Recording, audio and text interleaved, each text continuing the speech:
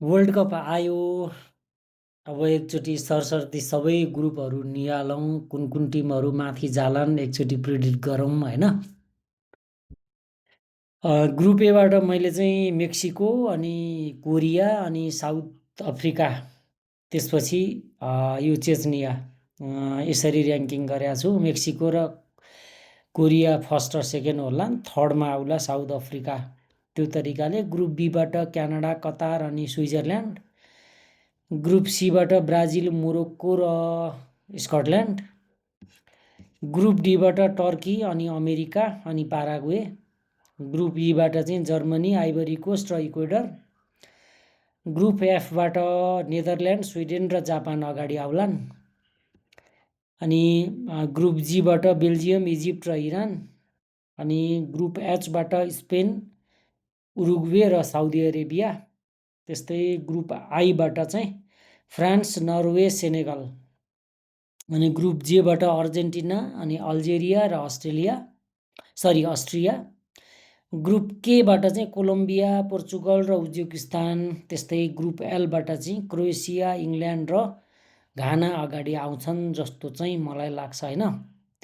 अब यसबाट चाहिँ नकआउट स्टेज पनि जेनेरेट गरौँ है त। अब नकआउट स्टेज चाहिँ यसरी बन्छ। यो पटकको अब फर्मेट यही छ होइन। पहिला सुरुमा चाहिँ अब राउन्ड अफ 32 सुरु हुन्छ। अब रियल वर्ल्ड कप चाहिँ यहीँबाट नै स्टार्ट हुन्छ यदि विगतको कुरा हेर्ने हो भने, किनभने 32वटा टिमले सहभागिता जनाउने हो। अहिले यो पटक चाहिँ 48वटा बनाएको छ अनि 16वटालाई चाहिँ सुरुवाती स्टेजमा आउट गरिन्छ र अब यहाँबाट हामी प्रेडिक्ट गर्छौँ है त। मेक्सिको र स्विजरल्यान्डमा मेरो विचारमा मेक्सिकोले नै जित्छ। यहाँबाट मेक्सिको आयो। कतार र मोरोक्कोको हिसाबले मेरो विचारमा मोरोक्को अगाडि आउँछ। क्यानाडा र जापानको फाइटमा चाहिँ अब समर्थन त एसियाली टिमको नाताले जापानलाई हुनेछ। हेरौँ अब के हुन्छ। यहाँबाट जापान आउँछ कि जस्तो लाग्छ। राम्रो पनि टिम हो, एसियाको पावर हाउस भन्छन्। अब यहाँबाट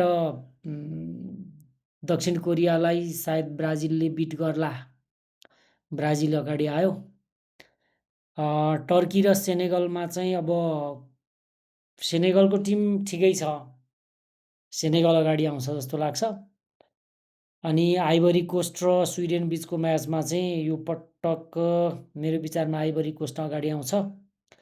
जर्मनी र इरानको भिडन्तमा जर्मनी अगाडि आउँछ। नेदरल्यान्ड र युएसएको भिडन्तमा युएसएले यसपटक होम ग्राउन्डको फाइदा उठाउला कि, अब त्यो सम्भावना देख्छु। अब यताबाट निकालौँ बेल्जियम र अस्ट्रेलियामा बेल्जियम आयो, उरुग्वे र नर्वेमा उरुग्वे आयो, स्पेन र उज्बेकिस्तानमा स्पेन आयो, फ्रान्स आयो यता इजिप्ट र फ्रान्समा। अनि अर्जेन्टिना र इक्वेडरमा अर्जेन्टिना आउँछ। पोर्चुगल र इङ्ल्यान्डमा एकदम टफ फाइट हुन्छ। सायद मेरो विचारमा पोर्चुगल नै अगाडि आउँछ। हेरौँ रोनाल्डोले के जादु निकाल्छन्। अब कोलम्बिया र स्कटल्यान्डमा चाहिँ कोलम्बिया अगाडि आउँछ। क्रोएसिया र अल्जेरियामा चाहिँ क्रोएसिया सायद अगाडि आउन सक्छ होइन। अब क्वार्टर फाइनल सुरु भयो है त। मेक्सिको र मोरोक्कोको फाइटमा मेक्सिको नै आउँछ। जापान र ब्राजिलमा ब्राजिल आउँछ। सेनेगल र आइभरी कोस्टमा सेनेगल आउँछ। जर्मनीले नै जित्छ युएसएलाई। त्यसपछि बेल्जियम र उरुग्वेमा अब उरुग्वेले सायद बाजी मार्ला, स्पेनले बाजी मार्ला फ्रान्स र स्पेनमा को फाइटमा, अर्जेन्टिनाले बाजी मार्ला। अब क्वार्टरमै रोनाल्डो र मेरो हिसाबले चाहिँ अब लगभग राउन्ड अफ 16मै चाहिँ रोनाल्डो र मेसी भिड्लान् जस्तो लाग्यो। त्यसपछि क्रोएसिया र कोलम्बियामा चाहिँ कोलम्बिया नै अगाडि आउँछ है। मेक्सिकोलाई ब्राजिलले सायद पाखा लाउला कि जस्तो लाग्छ। ब्राजिल यताबाट। सेनेगल र जर्मनीमा जर्मनी आउँछ।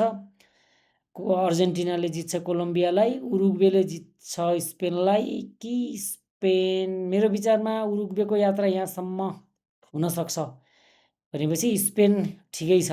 यतिको सेमिफाइनल भएपछि अब ब्राजिल र जर्मनी बिचको सेमिफाइनल हुन्छ। टफ फाइट हुन्छ, स्पेन र अर्जेन्टिनाको हुन्छ। यो पटक स्पेनले जित्छ अर्जेन्टिनालाई, ब्राजिल आउँछ यताबाट। ब्राजिल र स्पेनको फाइनल हुन्छ मेरो विचारमा, र जित्नेछ ब्राजिलले वर्ल्ड कप स्पेनलाई हराउँदै। हाम्रो चाहिँ यस्तो खालको चाहिँ फर्मेट बन्यो है। ल, जय ब्राजिल।